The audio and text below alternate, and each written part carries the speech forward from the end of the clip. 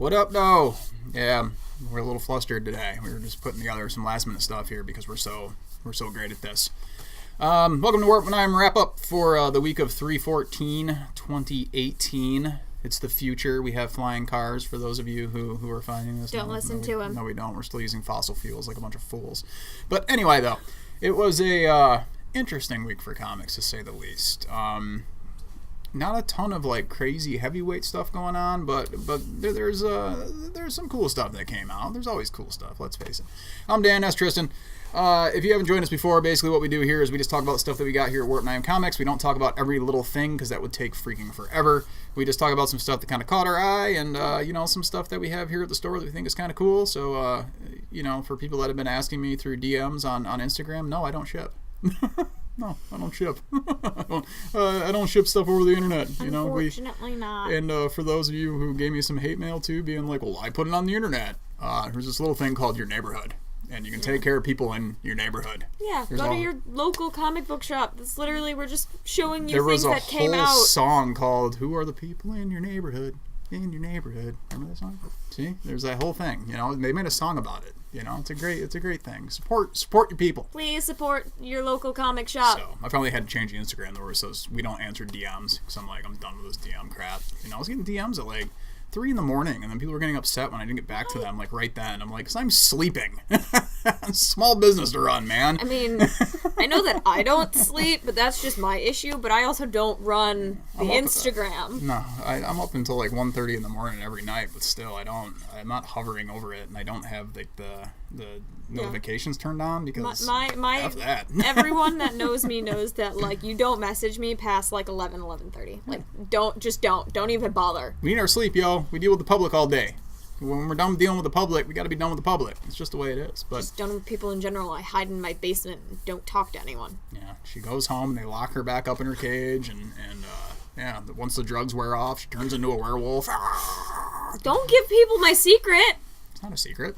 Everybody knows this. That's a good point. You ever see like the YouTube videos, werewolf fights? I do come from the Lopez family, which means son of wolf, and I am allergic to silver. So there you go. Yep. Proven. She's a werewolf. We can finally end this episode of Unexplained Phenomena. So anyway, let's kick this pig. Okay. So we have on the horizon a new Pacific Rim movie, which people are excited about, and they are doing big-ass robots again. It's a Titan Redeemer from Bandai. So Tamashii Nations has got their hands on this stuff, which is really cool. It does make them a little more expensive. Before, I know NECA was doing stuff for them. I am unsure if that's happening in the future. I don't think it is, because I don't think that license was very profitable for them. So I'm happy to see Bandai do it, because, as we know, we love our figure arts here. We love Bandai. Bandai is good stuff. Yes. So very posable, really cool, and this is just the first one we got, the Side Jaeger Titan Redeemer. They set you back right around $30, which is not bad for a Bandai product, to be honest with you. At all. Bandai products can be more expensive for those of you out there who collect them. I know you can, for that person who was harassing Trey at the Toledo show this weekend, you can get these things for $30 on eBay from China. Good job. From China. No. They're not the real thing, no matter how much you want to yell at my boss and tell them that they are. Good job. You can't convince us, I'm sorry.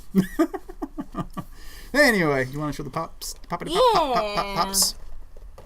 We get pops from now and again. We don't show them all the time on this show because some Funko collectors have become a little insufferable. But I kind of wanted to show these because I'm in love with them. Yes, we had to show these because they are right up our alley because they are for Saga.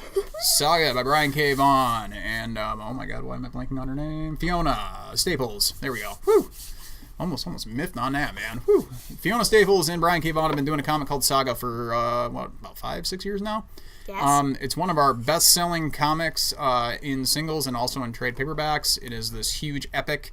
They finally got the Funko Pop treatment, which is well-deserved. And Lion Cat, who is like one of our favorite characters here at the shop.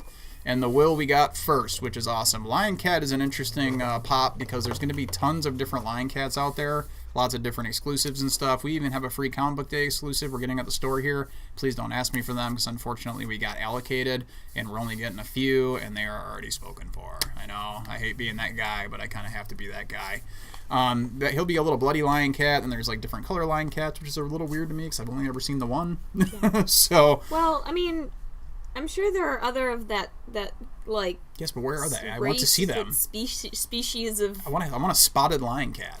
For those of you who've never read Saga, the great thing about a lion cat, the will is essentially like a bounty hunter who gets contracted out to have to either kill people or collect money, whatever. Each one of these bounty hunters essentially have they're called like the will or the spider or it's always the brand. Yeah. There's no the spider. That's the stalk. I know. I'm making it up. I'm making up names. You know what I mean? So that was my point. Is that they make up names. Okay. But they usually travel with animals, which is super cool. Sweet Boy was like one of my favorites. He is R.I.P. Big ups to Sweet Boy. He was awesome. He was a Saint Bernard that came around with a big thing around his neck and it had a skull and crossbones on it. And then he'd shoot darts out of his nose. Fucking awesome. It was like the coolest thing ever. Lion Cat is awesome because Lion Cat is exactly that. It is a lying cat. What does that mean? Well, if you lie in front of this cat, it will hiss at you that you are lying. It knows every single time and is never wrong. But it also can't help itself. So there was a couple of times that the will said some stuff in front of a little girl, and a lion cat put its ears down and his tail down and said, lying. And he's like, shut up, you!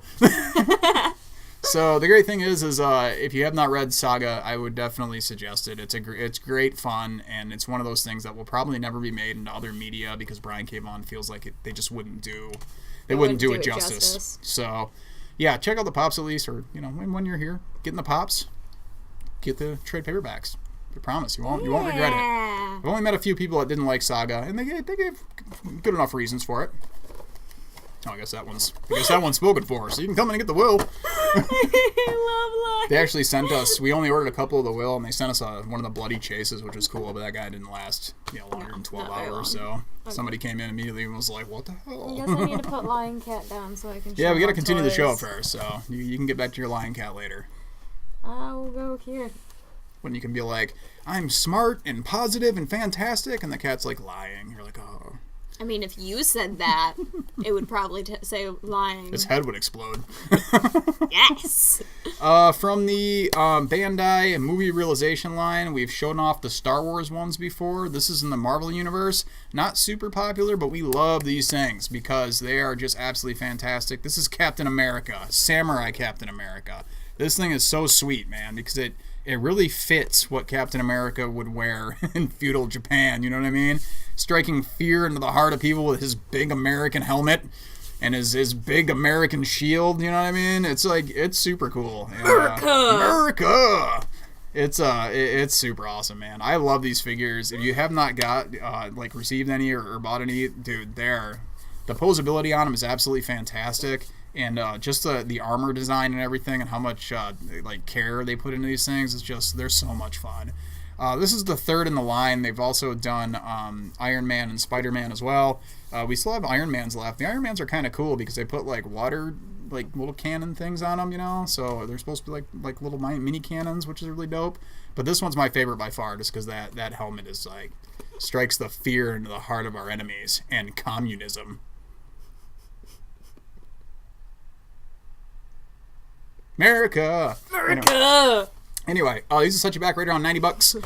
Beware the bootlegs, okay? Yes. There's a ton of places putting these things on eBay and Amazon and stuff for $30 and $40. I'm telling you right now, if you get one, you will regret it. It may be okay for the first week, but the joints will break down and they will fall apart. I know this for a fact, man. I get people who, I'll buy the bootleg just because, so then I can take some pictures and they get it and the things bust ass and they're really depressed. And I'm like, would you rather spend, I understand $90 is a lot of money, but if you're going to get the figure, man, because they are fun. So I'm looking forward to them doing more of these, especially the Kylo Ren.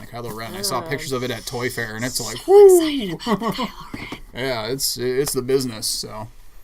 What's next? So this actually came out a little while ago, but it was a special order for somebody, and then he special ordered it from me again, not realizing he had it, so now I have an extra. So from Artifex Plus, Kotobukiya's Artifex Plus line, we have Superboy and Krypto.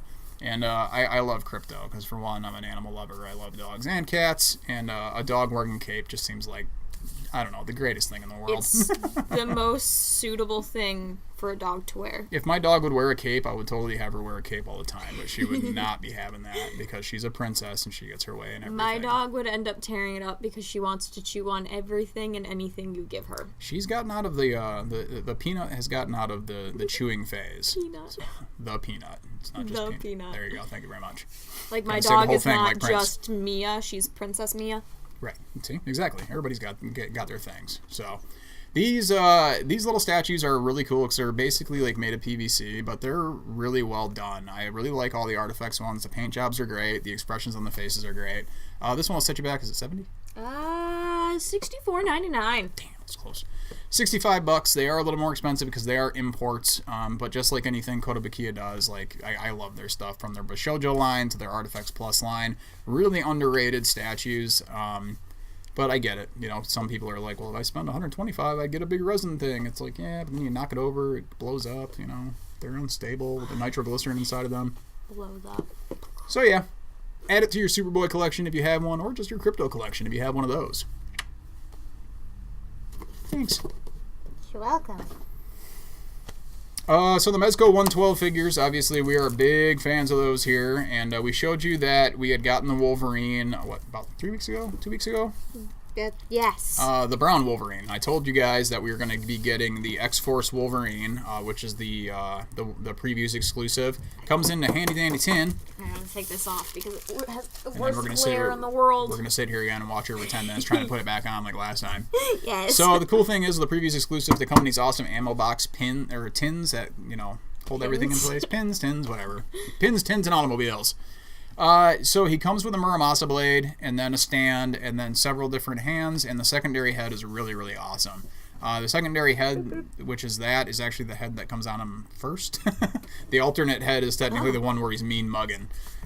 So these things set you back right around $80 retail, but if history is if you can judge history on the previous exclusives ones, these things go up in value pretty quick. We haven't had a ton of people asking us about the Wolverine, but I have a feeling it's a lot like the Batman, the Dark Knight one from about 4 years ago when nobody wanted it until somebody finally bought one and they were like, oh my god, these are the greatest things ever. And now you can't find those Dark Knight Batmans for like under $300. They're worth a lot of money. So I would definitely suggest picking one up if you're a Wolverine fan because they are awesome. I have one myself, and it's not made out of like the old, what am I saying? Like the retro figures that Marvel and DC does. It's not made out of just cloth anymore. They've actually started adding some pleather and things, so it looks like a legit costume that he would wear. It's really cool. Look at that, man. I was stalling for time and you nailed that. Good job. Yeah, that's how we do that. That's how we keep this train moving. It's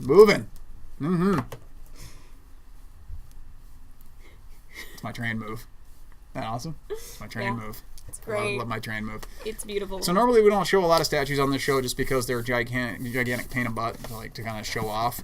But this one's from Gentle Giant, and it's a SpiderMan statue, and we absolutely adore it. I do have it out in the case, but we'll show you the box. So SpiderMan, it does stand about yay tall, and the cool thing is the little sign there and the little light there, they do light up. It's got a little thing that you hit, and it lights right up, which is really cool. So they wired the thing too. It is Gentle Giant, so we'll set you back a little bit of money. It's about $180 plus tax, but they are worth it. The paint jobs are exquisite, and yeah, as far as like Spider-Man goes, it's really cool, really, really cool. But I will say this: he is held like upside down mostly by like that webbing. So like even when they shipped it to us, he's like tied up with the webbing just to make sure. So I didn't undo that when we put it in the case. So when you get it home, make sure you put it in a spot that can't be knocked over, because this is going to be one of those that if you knock it over, that webbing's going to break. Yeah. For sure. Because it's not much there. I mean, he's being held up by the other side of the sign, too. But it's by far like one of the better Spider-Man statues I've seen in quite some time coming from Marvel. But I think a lot of that has to do that it came from Gentle Giant. And maybe they're picking up the slack where the whole Bowen disaster towards the end kind of went away. So, but we'll see. So if you need yourself a new Spider-Man, get one where he's hanging upside down, and you can turn the light on and off, which is dope. I wish it blinked, but what can you do? Typically, you know, you combine lights with statues, and it doesn't usually go well, but I like that one. So you could use it as a nightlight. Want to kick off Marvel? I guess I will. Let's do this. Which one's on top? Oh, okie dokie. Old Man Logan. I love Old Man this Logan. book. It's such a good book. It's changed writers and artists and all sorts of stuff, and it's continued to be like one of the best book Marvel does, man, by far. This is Moving Target Part 1. So this is the first part in this story arc. As you know, we usually bring up the first parts because they're the best jumping on points. So if you haven't read Old Man Logan yet, pick this up. Seriously, Old Man Logan is like a beautiful, beautiful comic. And when you're here, you can buy the trade paperbacks and catch up on the other ones. Yes. Or at your local comic book shop. Or just here. Yeah, but not everyone can come here. Why do you think people keep asking you to ship things? There's this thing called airplanes. Yes. They should come here on airplanes, but we won't send them things on airplanes. But not directly here on airplanes because we don't have a tarmac for that. Like, please do not land on the road in an airplane. Bad idea. Well, this guy on YouTube told me that I could fly my plane there, so I flew my plane into his building. God damn. You know, the funny thing is, we probably do have to put an exclaimer on there. I should probably flash a graphic on the bottom being like, do not fly planes into the building. Well, anyways. Yeah. With this specific storyline, it's starting off right where Old Man Logan, because he's from a different universe, like an alternate universe. Originally, the original mini-series was meant to be Logan in the future, where the villains have taken over, and it's just kind of a shit show, and he's trying to lead a peaceful life, and it goes from there. But then he got transported back to our time, but now they've said that that's an alternate timeline, mainly because the way people explain time now is like, well, as soon as you go back, it would immediately make a different branch of time. So yeah, time travel stuff is crazy. So, but anyway, though, he is technically a future version of Logan that has been in our time for a little while now.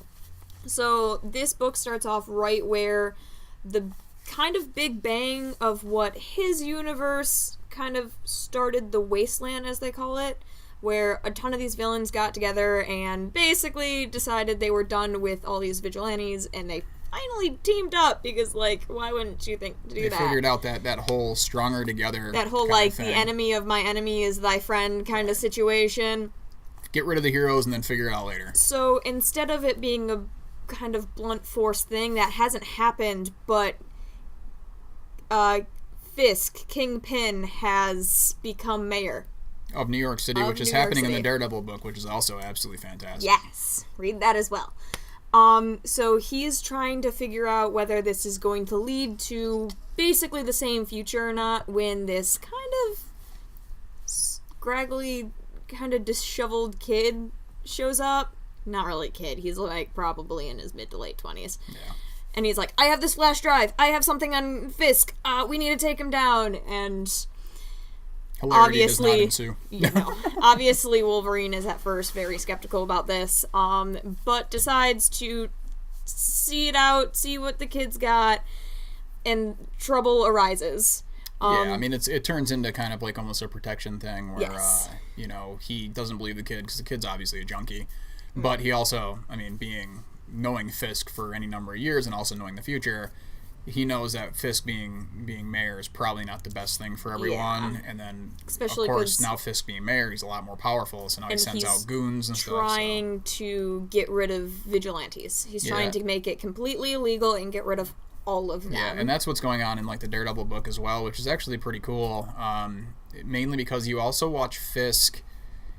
Even though he is the Kingpin and he's ultimately not a good guy and he's in all this criminal stuff, there are like hints of him really caring about the city, and he really cares about the people in the city, so it's actually interesting to watch him kind of balance that back and forth to the point that I was like, man, if Netflix made a series where it was the Kingpin as mayor, like, I would watch that series. Yeah, I would totally watch that series. I think it would actually be brilliant. And you still keep Vincent D'Onofrio as Kingpin, only now he's got to be the mayor as well. I think that would be, oh man, that would be excellent. That would be very interesting. Mm-hmm. But yeah, this is, I mean, I really like it. I want to see where it goes. So, Old Man Logan number 36. Yes. Ed Brisson was the writer. Dalibor Talajic was the artist. Carlos Lopez Color artist VC's Corey Pettit is the letterer. So yeah, check it out. Good jumping on point. You don't really need to know a whole lot of other stuff other than that, Fisk is now mayor of New York City and trying to ban vigilantes, but they tell you all that stuff by like the second page. Yeah. So really easy. And of course they always have their great little previously in Logan. Which are helpful. Really helpful.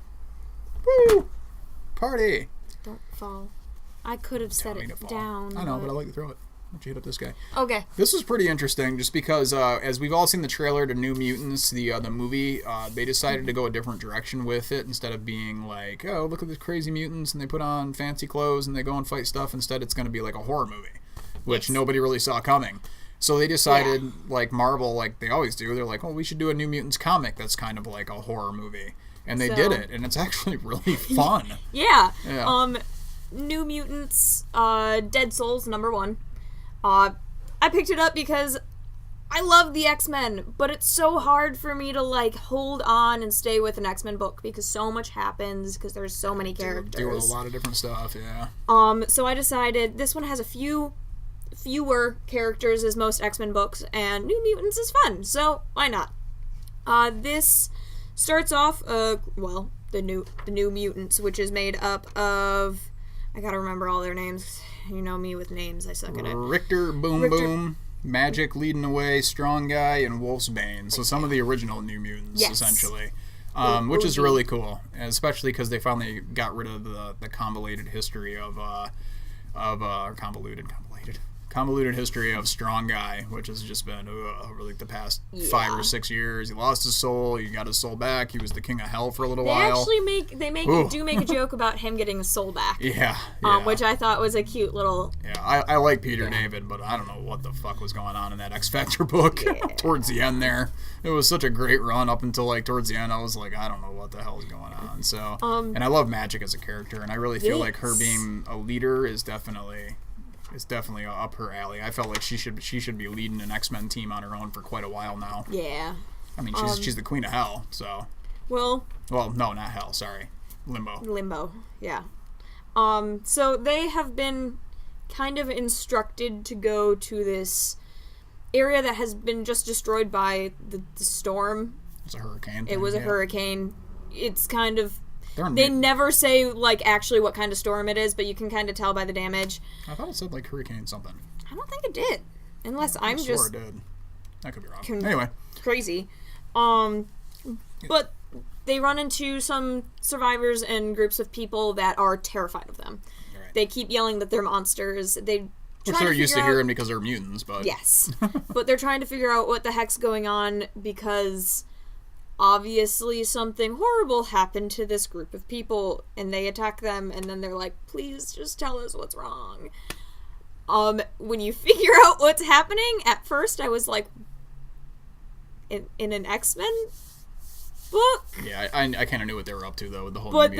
Yeah, so but then they explain what everything is and you're like, oh, okay, that makes total sense. And I do like the fact of what it is because it makes me chuckle because I love it. So yeah, if you're a fan of like of basic kind of horror movies where it's like the teenagers get into trouble and whatnot, this one's really cool because it combines those elements also with your basic superhero stuff and then also some of your quips like Buffy, like some like Buffy-esque stuff. So really fun book. It's just going to be like a mini series, but really great so far. I was pleasantly surprised because a lot of times when they tack on just regular, like any old X-Men book, it can get a little like, okay, this is kind of dumb. But really cool. Good start anyway. And let's see here. Matthew Rosenberg was the writer. Adam Gorham was the artist. Michael Garland was the color artist. And Clayton Cowles from VC was the letterer. So, and Michigan's own Ryan Stegman did the cover. We know him. He comes here every now and again. I would definitely say pick it up, especially if you like X-Men but have trouble with how many characters are in a book and keeping track of everything. Yeah, go with this.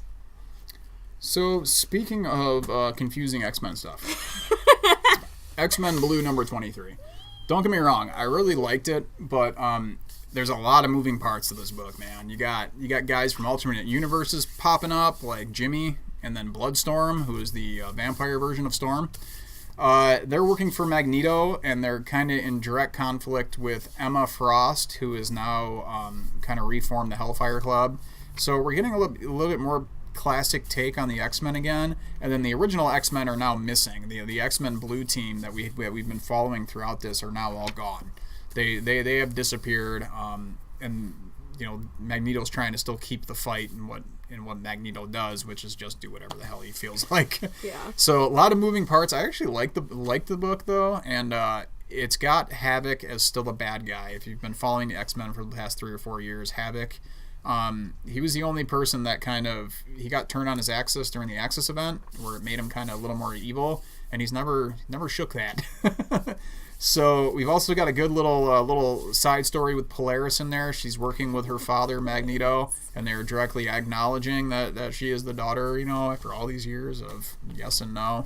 The artwork is absolutely stunning in this book, and it really, really helps. But I'm interested to see this going forward. So it's Cry Havoc Part 1, the new XMen Blue book.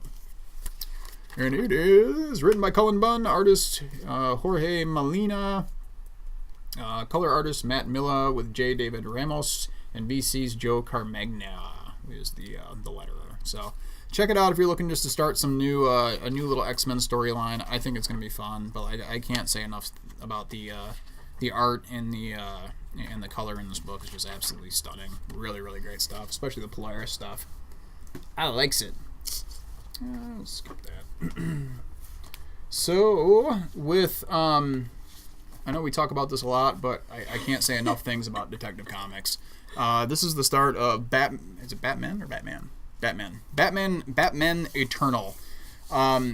Basically, the Bat family is kind of shattered at this point. After the events of the last 2 story arcs, the big Clayface, him turning back to evil, and Kate Kane allegedly killing him, and all these things. So now Kate, along with oh god, I can't think of his name now. Azrael and Batwing have now joined up with they're like the Hive or something. She's joined up with her dad, who they were previously at odds with, in order to do some superheroing stuff across the world instead of just in Gotham. The relationship between Tim and Bruce is starting to deteriorate a little bit. He feels like Tim is becoming a bit obsessed, and he doesn't think that it's healthy. And then Orphan is upset with everybody else because her and Clayface were like best friends, and she felt like she could have saved him. So the entire Bat family right now, because this book was very much meant to be not just about Batman, it was very much meant to be a team book and more about the other moving parts in the family, and it's become a bit disjointed, but it's making for interesting reading, really interesting reading. So there's a lot of moving parts, so if you haven't read the early stuff, you really don't have to worry too much. You can jump in here.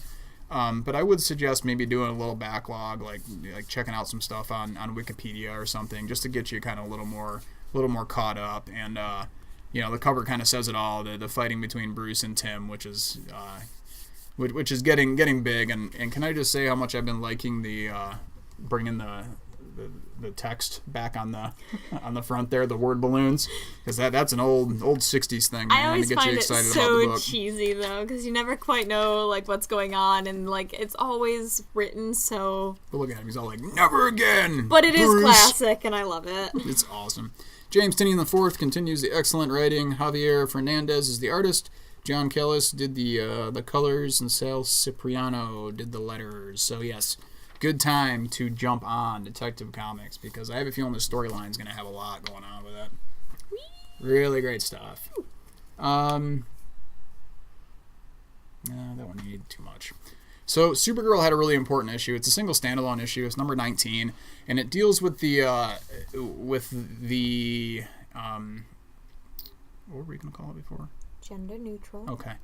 It deals with a gender neutral teen going to high school and having problems, and how in this book right now people are trying to smear Supergirl and say that she hid her father's true nature from the planet Earth, and she's really a bad person and all this. And this woman gets, or not woman, sorry, this person. Thank you.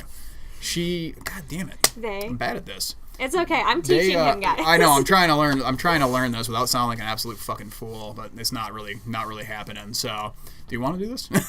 I didn't get a chance to read this So, issue this week. they get interviewed for for an article, and it's all about how they met Supergirl, and it was nothing but a positive experience. They were in a bad place in their lives. They were being bullied at school, and Supergirl kept taking time out of her schedule just to talk to them about these issues and how you need to be true to yourself and not worry too much what everybody else thinks. And of course, there's a great scene where this person's being bullied, and Supergirl flies in and stops the bullies. But instead of Supergirl being like, "Hey, you touch this person, I'm going to beat you up," instead the person sticks up for themselves in front of Supergirl, and Supergirl becomes more of just the person who's just in the background, opposed to saying like, this person needs saving and you need a hero in order to save you. They save themselves, which is very important. It's kind of an important lesson. So I feel Their like name is Lee, by the way. Lee. So the great thing about this issue is it's definitely talking about the problems that are arising in a lot of schools and how some people feel like they're alone. You're never alone. Your family will love you regardless. And if they don't, hey man, I'm sure there's other people in your life that'd be more than happy to take up the mantle. So check it out. It's definitely interesting, and it's definitely social commentary. So for those of you guys who are like, keep your politics out of my comics, then just don't read it. That's fine. You don't have to read it. But for those of you looking for a story about a gender neutral teen, it's definitely your book. It's really, really cool. So it was nice to see them kind of get on the train of hey, there's millions of comic fans out there, and we come from all walks of life. Exactly. What you looking for?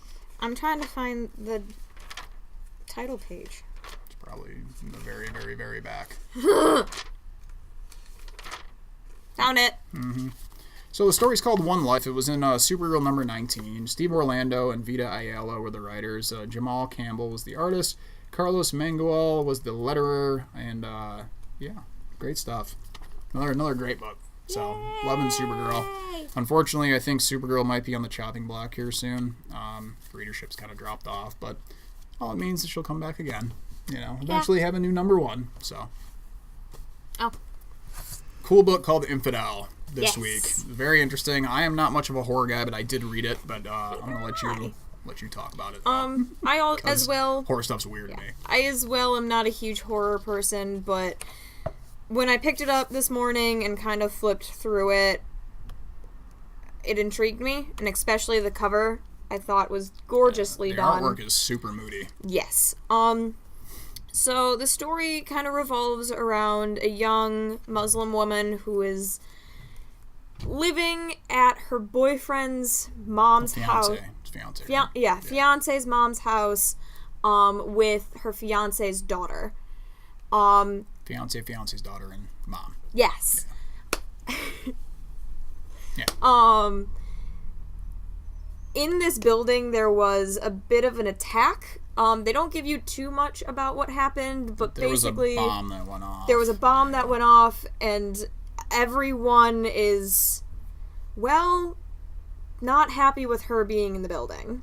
Yeah, I mean, they kind of hint that it might have been a terrorist attack, but just because it's New York City and because the idea of any sort of bomb, they immediately blame on terrorists. Yeah. And she's a woman who walks around with a hijab and things like that, and she's Muslim, but she's marrying this guy who's not Muslim, and he already has a kid from a separate relationship, which has ostracized her from her family a little bit, especially her mother, who is his mother. As sweet as she seems, they're telling her not to trust her. Everyone's telling her not to trust her, and apparently has had a past with being a bit racist. Yeah. Very bigoted towards Muslim people. And then on top of all of this, she's having these horrifying nightmares that seem to be leaking into her life in a very odd way. Starting to have these hints of almost like The Conjuring and stuff, where there may be some angry spirits still in the building, and they're directly affecting her. Yes. And the artwork is super moody and very, very, very cool. Yes. And if you're a fan of horror stuff, I have a feeling this might end up getting made into something. It's very good. Yeah, it's got a feel of it that I think it might get made into a movie. So it's very interesting. It's dealing with a lot of different moving pieces, mainly because of the interfaith relationship, and then also talking about a bigoted woman that she's trying to live with, and this woman's trying to deal with all this while also being a stepmom, and it's not easy for her. You kind of feel for the character, and she's doing the best she can, and now with all these weird ghost things, and it's affecting her sleep, and there's a big twist in the end. So which I really cool number one. Really can't wait for the next one to come out because I want to know what happens. Yeah, they're dropping some hints on some stuff here, so we will have to see. I don't think they gave me an actual title page. Yeah. There we go. They did. Writer is Pornsec Pichet Shote. I'm sorry. You see that? Wow. That's what it says, man. Artist is Aaron Campbell. Colorist is Jose Villarrubia, and the letterer was Jeff Powell. So. I apologize that neither of us could figure out that name. No, man. I'm so sorry. The heck of a name. Yeah, the writer. Here you go. Figure it out yourselves. There you go. You're fantastic, by the way. I'm sorry we completely butchered your name. Yeah. You can send us an email. So from Aftershock Comics, we had Betrothed #1. This is very much a more of a futuristic sci-fi take on Romeo and Juliet in a way. These two young people feel like they're drawn to each other throughout, like whenever they get near each other in like the high school, they feel like they want to just like start making out and doing stuff to each other, and they can't understand why, and it's making her also angry at him, and she also still wants to like whoop his ass and stuff. So then they get kind of transported to this different dimension where they end up meeting these people who are just like, hey, by the way, you're part of this royal family, you're part of this royal family, now fight. So it's really interesting, and it's very quick like that. It's very fast, the first issue. They sent me the first 3 issues. I think it was the first 3 through PDF a long time ago. Aftershock will send us stuff so that we can see some of the work before it actually comes out. And I read it, and I really enjoyed it. So it was kind of funny when it first came out, and I got it home, and I started reading it. And I was like, wait, I've already read this. And I was like, oh, yeah, that's because they sent it to us ahead of time, which is awesome, so it got us excited about it. But I really like it, and I really feel like it's going to have a really cool, nice little run, and the universe sounds very fun. I'm looking forward to exploring it more. And Aftershock just continues to do an awesome job. So, Betrothed #1, Homecoming. Sean Lewis is the creator and writer. Steve Uy was the artist. Simon Bolin is the letterer. So yeah, check it out. Numero 1. It's going in my box. Okay, you can try it out? I definitely want to try that out. See, there you go. So, there's a book called Dry County, #1 from Image. This is more of a take on the, man just trying to find love and, can't believe his luck. He meets this woman just randomly while he's doing laundry, but it turns out she has a shit ton of baggage, and it kind of goes from there. She has a shit ton of dirty laundry. Yeah, well, it doesn't get too heavy. It's all very believable, like the whole relationship idea with this. And the kind of like baggage that she has is totally believable, and it kind of goes from there. And he might drink too much, and it kind of steamrolls out of there. For anybody who's ever been in complicated relationships or tried to bend backwards, even if you're getting into a complicated relationship and you're still like, what, I still like this person, you definitely want to check this book out. It's very interesting. Very kind of cartoony style, and you can tell it's kind of a personal storyline. So it's definitely something new, and Image has been doing more of this stuff, and I kind of like it. So I'm going to have to check it out for sure. It takes place in Miami, which I know nothing about. Neither do I. Michigander, through and through. I hate the cold. Yet, here you are. Yeah. Not entirely my choice. At least not at this moment in time. Okay, I know it says it's a Lou Rossi comic, but I think it was just Rich Tommaso that did the whole thing, if I remember right. 95% sure, but I don't think there's anything else in there. So yeah, I guess. Yep. So anyway, that is your Warp 9 wrap-up for the week of 3/14/18. So if you like any of the stuff that you saw here, you can either, if you're in Michigan, obviously swing through, come say hi to us. Hi. We'd be happy to sell them to you. Otherwise, visit your own local comic book shop. If you want to send us an email, extrasecretgaming@gmail.com. Otherwise, you can follow the shop at Warp9 Comics, either on Facebook or Instagram. You can also listen to the podcast that I do with E.A. Henson. It's the Extra Secret Podcast. It is available on iTunes, otherwise extrasecretpodcast.com. So .com. You can follow her at Love Levon. Hi. So yeah. Anyway, that is it. That's comics. That's all sorts of stuff. We were doing the thing again that we always do. So we'll see you next time. Bye bye.